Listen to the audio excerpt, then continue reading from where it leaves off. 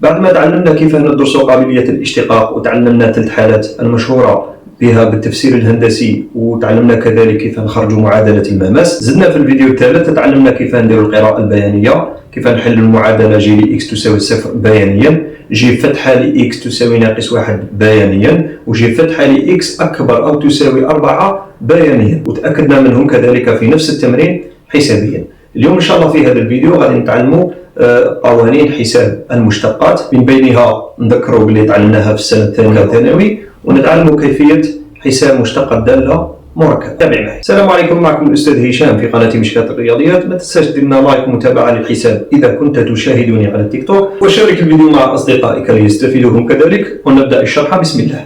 هذه هي عبارات الدوال التي سنحسب مشتقاتها. ضعوا أمامكم جداول قوانين الحساب الموجودة في الكتاب المدرسي أو في الملخصات، وحاولوا فيها ثم شاهدوا مع الفيديو لتوسعوا مفاهيمكم وتستفيدوا من تقنيات أكثر. التمرين يقول ببساطة: احسب أ فتحة لإكس عبارة مشتقات الدالة أف مبينا د المجموعة التي يجرى عليها الحساب في كل حالة.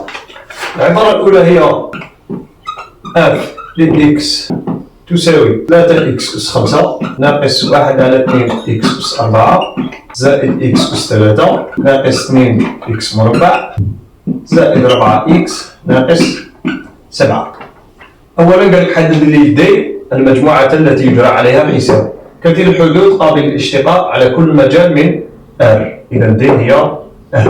من بعد نحسبوا F فتحة لإكس تساوي، هادو تاع السنة الثانية ثانوي رانا قريناهم. اللي ما عندناش لاباس في هادو يرجع الفيديوهات السنة الثانية ثانوي ليتعلم حساب المشتقات من هذا الشكل. هنا غادي نخدموا هذا القانون إكس أس أن المشتقة تاعها أن في إكس أس أن ناقص 1. أن عدد طبيعي غير معدود، ونخدموا كذلك بهذا القانون المشتقة تاع عدد حقيقي في اف كيكون مضروب به هي هذاك العدد الحقيقي في المشتقة تاع اف اللي هي اف فتحة. إذا اف فتحة لإكس تساوي 3 في إكس أس 5 حسب هذا القانون، هي 3 في المشتقة تاع إكس أس 5 اللي غادي نحلوها بهذه، هي 5 إكس أس 5 ناقص 1 اللي هي 4 ناقص 1 على 2 تبقى 1 على 2 إكس أس 4 المشتقة تاعها 4 إكس أس 3 إكس أس 3 المشتقة تاعها 3 إكس أس 2 ناقص 2 تبقى ناقص 2 المشتقة تاع إكس مربع هي 2 إكس أس 1 معناها 2 إكس المشتقة تاع إكس هي 4 إكس المشتقة تاعها هي 4 والمشتقة تاع ناقص 7 هي 0. إذا أ فتحة لإكس ماذا تساوي؟ 3 في 5 15، إذا 15 إكس أس 4 4 على 2 تعطيني 2 في الناقص، إذا ناقص 2 إكس أس 3 زائد 3 إكس مربع ناقص 4 إكس زائد 4. مشي من لهنا تعاود تاني تزيد تشتق هذا، صاي اشتقيت منا لهنا، ضرب منا لهنا حساب فقط وتبسيط أزرق. وفي هذه 4 إكس خدمنا بالقاعدة كذلك مشتقة تاع إكس هي بلس رقم 2 اف لإكس تساوي 3 إكس ناقص 2 على جذر إكس. المجموعة التي يجرى عليها الحساب هي دي. دي ماذا تساوي في هذه الحالة؟ هي المجال المفتوح 0 زائد ما لا نهاية، لأن الإكس هنا راه داخل الجذر، دالة جذر تربيعي قابلة للاشتقاق على المجال فقط من 0 زائد ما لا نهاية مفتوح عند 0. هنا غادي نخدموا بالقانون المشتقة تاع كسر اي على في فتحة تساوي ماذا؟ مشتق البسط مضروب في المقام كما هو ناقص تاع القانون مشتق المقام مضروب في البسط كما هو على المقام أس 2. هذا هو القانون اللي غادي نخدموا به. إذا أ فتحة لإكس حسب هذا القانون ماذا تساوي؟ تساوي المقام أس 2 جذر إكس مربع يعطيني إكس، مشتق البسط هو 3 مضروب في المقام كما هو اللي هو جذر إكس ناقص تاع القانون ضرب مشتق المقام مشتقة تاع جذر إكس هي 1 على 2 جذر إكس مضروبة في البسط كما هو اللي هو 3 إكس ناقص 2. دونك يبقى فقط الحساب نوحد المقامات اللي راهم الفوق اللي يساوي نخلي إكس في المقام السفلي، إذا 3 في جذر إكس تبقى 3 جذر إكس ناقص هنا عدد أو عبارة مضروبة في كسر نقدر نديرها في هذا البسط، نضربها في 1 تبقى 3 إكس ناقص 2 على 2 جذر إكس، وتساوي المقام يبقى فيه إكس. درك نوحد المقامات، 3 جذر إكس في 2 جذر إكس، 3 في 2 تعطيني 6، وجذر إكس في جذر إكس يعطيني إكس، إذا 6 إكس. والناقص هذه نوزعها على هذا البسط، ناقص 3 إكس تعطيني ناقص 3 إكس، والناقص في الناقص 2 تعطيني زائد 2. ما ننساش المقام الموحد اللي هو 2 جذر إكس. دروك 2 جذر إكس تهود هنا مع الإكس، إذا 2 في إكس جذر إكس، 6 إكس ناقص 3 إكس تعطيني 3 إكس، زائد 2 تبقى زائد 2. هذه هي مشتقة الدالة اف في الحالة الثانية. رقم 3 اف لإكس تساوي سينوس إكس في كوسينوس إكس. الدوال سينوس كوسينوس معرفة وقابلة للاشتقاق على ار أو كل مجال من ار. اف فتحة لإكس تساوي، هنا راهي من الشكل اي في في، المشتقة تاع جداء ماشي اي فتحة في في فتحة، حرز روحك ماشي كيما الجمع. المشتقة تاع اي زائد في هي اي فتحة زائد في فتحة، النشتقة الأول زائد النشتقة الثاني. ولكن كي يكونوا العبارتان أو الدالتان مضروبتان نستعملوا هذا القانون، اي فتحة في في زائد في فتحة في اي، معناها المشتقة الأول في الثاني كيما راح زائد على القانون المشتقة الثاني في الأول كيما راح.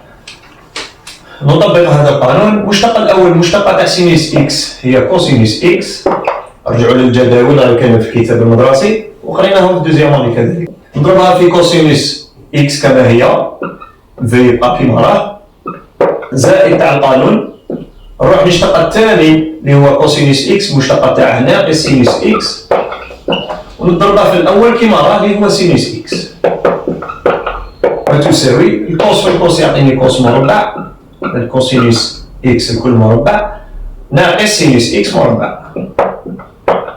هذه تقدر تبسطها بعدة طرق.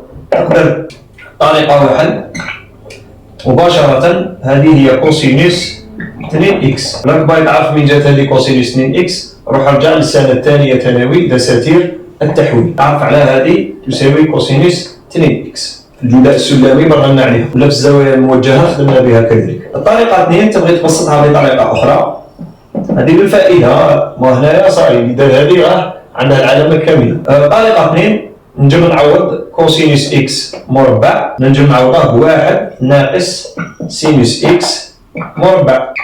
علاه؟ لأن كوسينوس إكس مربع زائد سينوس إكس مربع نعرفوا باللي يساوي الواحد. إذا كنت بغيت تخرج كوسينوس إكس مربع هو واحد ناقص سينوس إكس مربع، لذلك عوضته به هنا. وما ننساش لي بارت ناقص سينوس إكس مربع تعطيني واحد ناقص 2 سينوس إكس مربع.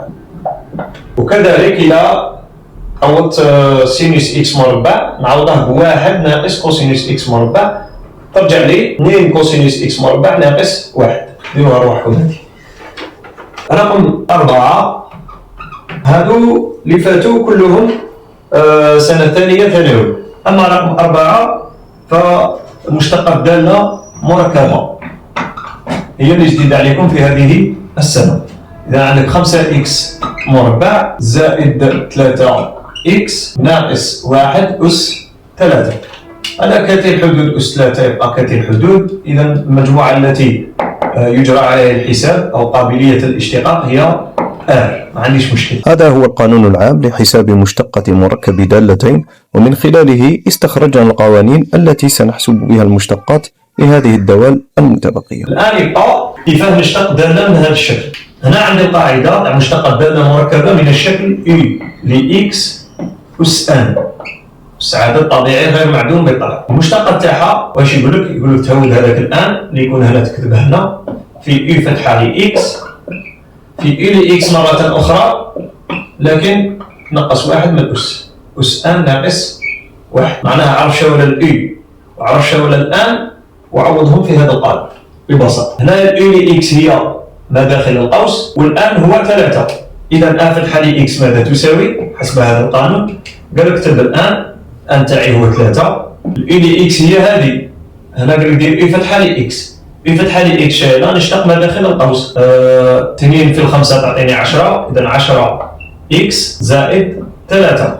إذا هذه فتحة لإكس. ما بعد ذلك عاود اكتب إلي إكس ونقص 1 من الأس. إذا غادي نعاود نكتب 5 إكس مربع زائد 3 إكس ناقص 1، وفي بلاصة أس 3 ندير 3 ناقص 1 اللي هي 2. هذه هي الفتحة لإكس. وهنا غادي يجيك السؤال تقول لي ما ننشروش. لا ما تنشرش، لأنك المشتقة عليها تحسبها باش تدرس إشارتها وتزيد تدرس اتجاه التغير تاع الدالة. وباش تدرس الإشارة التحليل العبارة المحللة تساعدك فهم العبارة المنشورة. كما هذه مثلا أس 2 راهي موجبة إشارتها باينة سكت، 3 موجبة تماما ما تخطرش. إذا الإشارة الفتحة لإكس هي إشارة هذه العبارة تاع الدرجة الأولى في هذه العبارة الموجبة.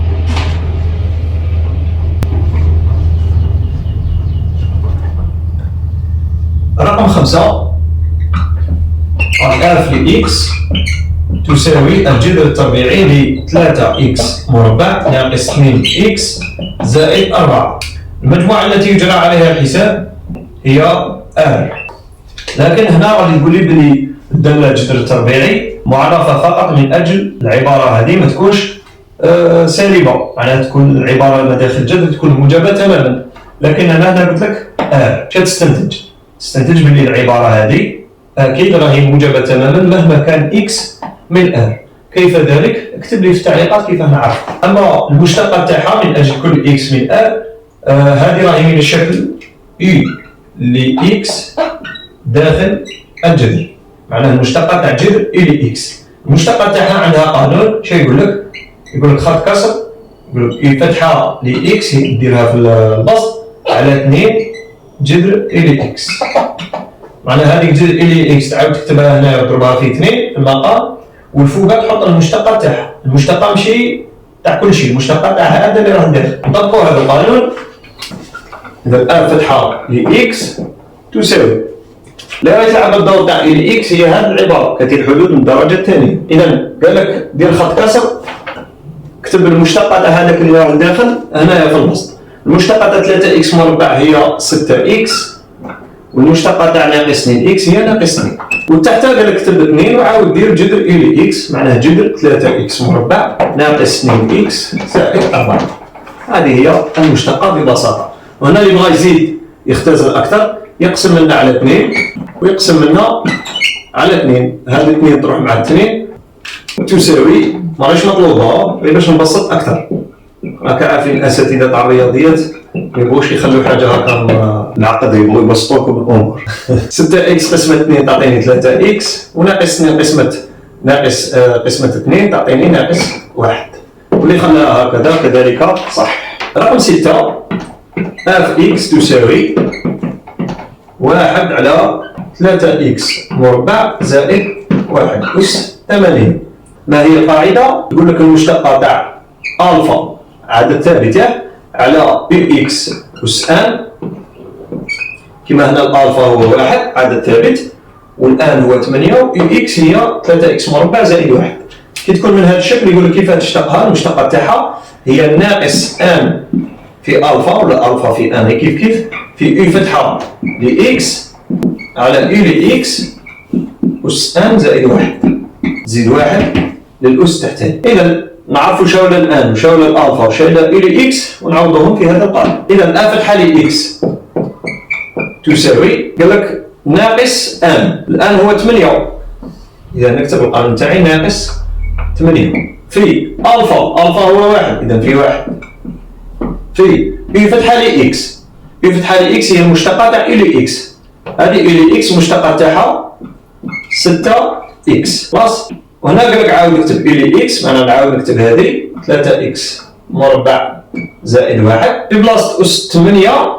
هنا شنو دير 8 زائد 1 معناه دير أس 9. إذا شحال تعطينا الناقص 48 إكس 6 في 8 48 على 3 إكس مربع زائد 1 الكل أس 9. أما الدي نسينا ما درناهاش. المجموعة التي يجرى عليها الحساب هي ار. علاه؟ خاطر العبارة هذه ما تنعدمش، موجب زائد موجب تماما يعطيني المقام موجب تماما من أجل كل إكس من ار. إذا ما عنديش مشكل في قابلية الاشتقاق. رقم 7 اف لإكس تساوي ناقص 1 على 4 في كوسينوس 4 إكس زائد 1. مجموعة قابلية الاشتقاق دي هي R كذلك، لأن الكوسينوس تاع هذه العبارة معرفة وقابلة للاشتقاق على كل مجال من R، كوسينوس A إكس زائد. أما فتحة لإكس مركزون على هذا تساوي. هنا غادي نستعمل القاعدة اللي تقول لك المشتقة تاع كوسينوس A إكس زائد B، A و B عددان ثابتان والA غير معدوم، المشتقة تاعها اش تقول؟ تساوي ناقص سينوس A إكس زائد B. أنا المشتقة تاع كوس هنا ناقص سينوس، عاود كتب ناقص سينوس A إكس زائد B، فقط زيد نضرب في الA هنايا، هذا الA معامل تاع إكس زيد نضرب فيه هنا. خلاص؟ إذا حسب هذا القانون أولا ناقص 1 على 4 راهي مضروبة تبقى كما هي، ناقص 1 على 4. خلاص؟ ضرب هذه هي اللي راهي تشبه لهذه، الA والB هما 4 والواحد على الترتيب. إذا قال لك ناقص سينوس، إذا ناقص سينوس A إكس زائد B، إذا سينوس تاع 4 إكس زائد 1. قال لك نضرب هنا في الA هو 4، إذا نزيد نضرب في الأربعة. ضرب لنا هنا بسط، الناقص مع الناقص تروح تولي زائد، والربعة مع الربعة تختزل، يبقى لي سينوس 4 إكس زائد 1. رقم 8 فيها سينوس العكس، اف لإكس تساوي سينوس 3 إكس ناقص بي. بي ما يخلعكش عدد ثابت البي، إذا الأ والبي هما 3 والناقص بي.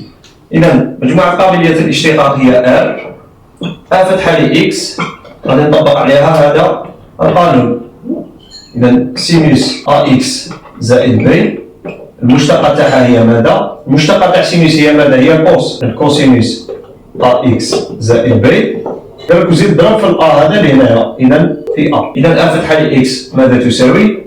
الأ هو 3 والمشتقة تاع سينوس هي كوس، إذا كوسينوس 3 إكس ناقص بي. وسأترك لكم البقية من رقم 9 إلى رقم 19، كلها مشابهة تقريبا لما حللناه في هذه العبارات من 1 إلى 8. اكتب لي في التعليقات وينها الأصعب وينها اللي ما قدرتوش تحلوها. كان معكم الأستاذ هشام في قناة مشكات الرياضيات. ما تنساش اللايك، متابعة للحساب على التيك توك، وشارك الفيديو مع أصدقائك ليستفيد الجميع. واتكل على الله. السلام عليكم.